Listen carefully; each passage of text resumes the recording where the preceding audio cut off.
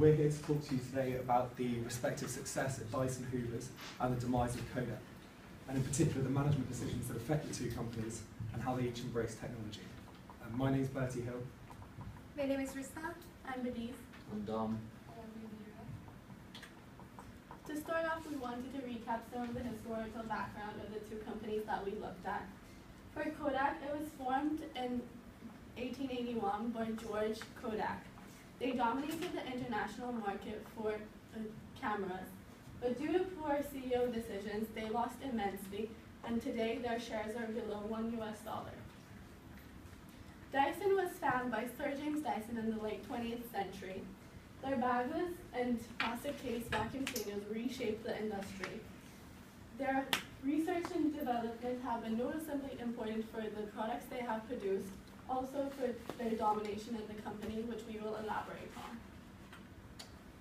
One reason for the success of Dyson is it's been able to grow as a result of its ability to develop technologically innovative products by anticipating consumer demand very effectively. There are many examples of where James Dyson showed this, as shown through the example of cyclonic separation. These products had a focus on a clear plastic bagless design that allowed them to set themselves apart from their main rivals as a result of utilising advanced technology. At Dyson, the focus on the product was key to their success. All their engineers were designers and all the designers were engineers. But when you separate the two, you find that designers decide to make things for marketing purposes rather than functional reasons. Therefore, at Dyson, the sole focus is having the best quality and highest performing product rather than the prettiest or the cheapest. And a high performance results in sales and therefore lasting profits. Dyson also became successful through their focus as a company upon futuristic technology. As a company, they held research review meetings twice a week and design meetings once a week that allowed them to create the best products possible. The dual cyclone vacuum cleaner designed out the many limitations of the conventional vacuum cleaner. And we have a video to highlight this.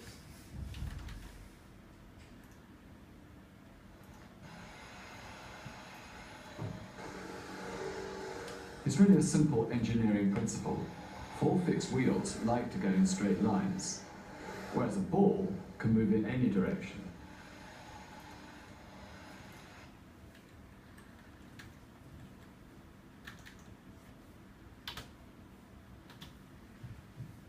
They hired smart people at Dyson. Martin McCourt was hired as CEO in 2001 and made the sort of ruthless decisions that might have saved a company like Kodak.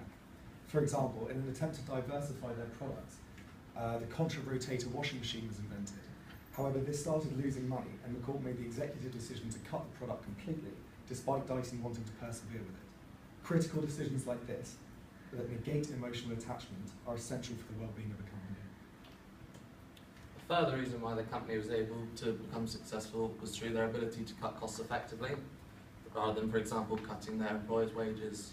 The company outsourced their production to Malaysia, allowing variable costs to fall while output expanded simultaneously, allowing them to produce a high-quality good at a low price.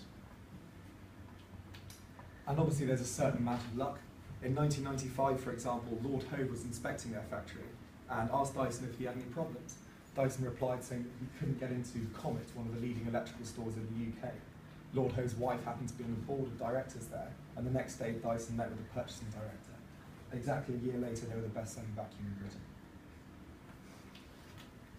There are many reasons why Kodak as a company became poor. One of the reasons for this is they had a technology phobia, and they were scared of using the advanced technology that was readily available to them.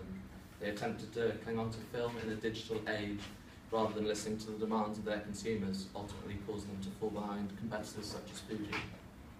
Kodak they built such a momentum and such a dominant monopoly in the film-based camera industry that even when they invented the product that would bring about its demise, the digital camera, they couldn't adopt it. They were so focused on their own current success that they never prepared for the future. Those within the company that did predict this weren't given a strong enough voice. And they had a phobia of technology. Avantix was a product that combined film and digital at the same time, but it was a huge flop. Kodak was so obsessed with their film-based image that even though the future was clearly in digital, trying to create a synergy between the two was naive and a poor decision. Customers wanted innovation, cool gadgets, and high quality. Kodak brought out a crude hybrid and it failed, bringing about a slow downfall. A lack of investment caused the share price to drop as they decided against diversifying the company into realms such as the gaming industry or social media. Consequently, they lost out on gaining potential market share in other markets, leading to the value of their share price to fall. This video should highlight some of these key points. Simply, well, too much of a moment. It stayed with that moment. It got stuck in the moment, and that's the problem with these organisations. The key thing with any organisation that it needs to be able to respond to the market that it's in. Now, some markets are quite slow, so if you look at Boeing and aircraft, the development of aircraft, the regulation of aircraft means that things move slowly. But if you're talking about photography, digital, media, etc., now things are moving very, very fast. And the interesting point is that of the inventions that Kodak had, one of them was the first digital camera. So you would have made the assumption that with that head start, they should still be ahead of the field. What essentially happened was that a company that was entrepreneurial and innovative got, as if it knew better than its customers. It started thinking like a corporate organisation, and slowly the customers...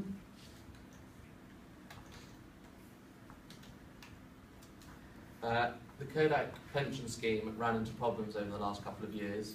They've been promised $800 million over the next 10 years, but is now currently heavily underfunded with a deficit of $442 million, which forced the company to have to sell out $650 million of its own money in order to buy out their lawsuit. And as you can see here, it's just a basic graph showing their share price in blue and in relation to the big boom in the 90s, obviously, and then their pretty rapid demise. And the red line shows the number of employees, which just highlights how many people have been made redundant as a result of this. There are three turning points for Dyson company. For the first turning point for Dyson is the invention of dual cyclone backless vacuum cleaner in year 1993. Dyson is well known for ignoring the market force and delivering its product based on their own idea. At the time, the vacuum cleaners operate with back and sometimes create problems because the back get blocked and so the vacuum loses suction. James Dyson, the founder of the company, has come across this problem himself, and he tried to solve it by turning this basic product, which has been invented a long time ago, into a much easier to use, more efficient, and in an attractive design, as you can see in this picture. It's the first vacuum cleaner that claims to maintain 100% of